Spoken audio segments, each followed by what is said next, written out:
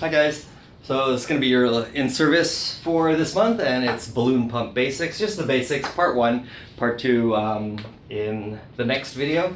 Anyway, this is your heart, this is your aorta, aortic ascending, thoracic, and descending aorta, and this is your balloon pump. So when you were 18 years old and you had a rip-roaring heart that was just powering away, and a very young and supple, soft and supple aorta that would expand and then contract because it has musculature around your aorta.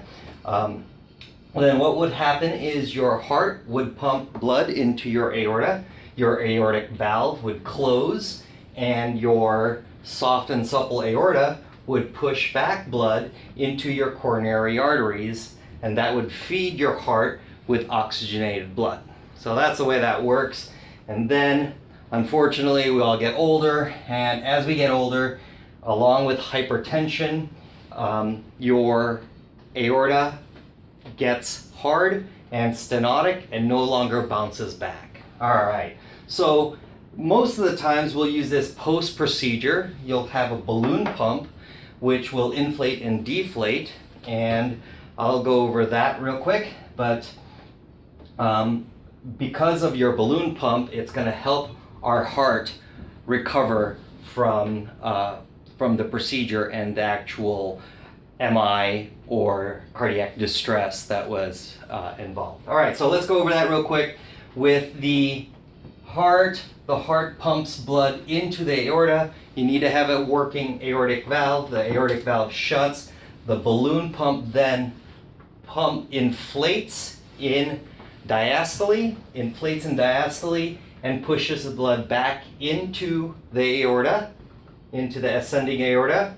And because your aortic valve has closed, now your heart gets more blood. So that's the first way that the balloon pump works, is during inflation, it pushes back oxygenated blood into your coronary arteries, feeding your heart, making it stronger, because you're now giving it a lot more oxygen. The second part, and a lot of people think it's even more important, the second part of the balloon pump is an active deflation.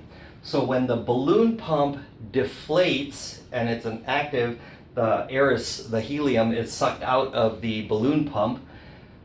What it does is creates a space here for blood to flow through from your heart. So now your heart doesn't have to work as hard, and I'll explain this in part two, but now your heart doesn't have to work as hard to get blood into your aorta.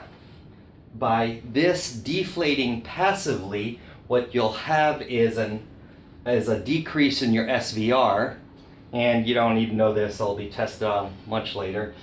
Decrease your SVR, systemic vascular resistance, and because of that, you'll have a decreased afterload, and you'll have an easier time. The heart doesn't have to work as hard to pump blood into your aorta. Okay, so where this is important is the placement, and that's why it's critical for us to have this proper placement. Your left arm comes out here, your right arm comes out here, and your circle of Willis, feeding your carotid arteries, go up towards your brain.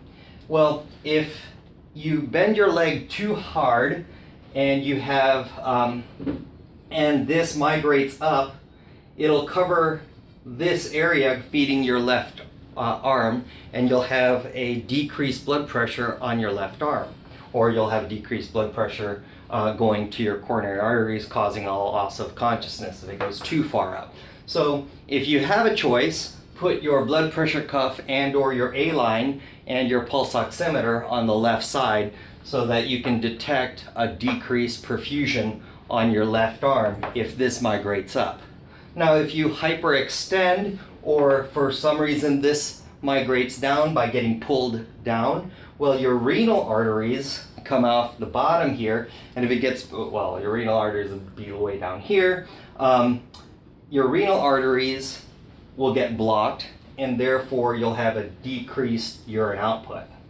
So up here you'll get a decreased blood pressure, almost always on the left side. And then your down here, if it migrates too far out, you'll have a decreased urine output flow. So watch out for those two. And again, this is balloon pump basics. Cheers.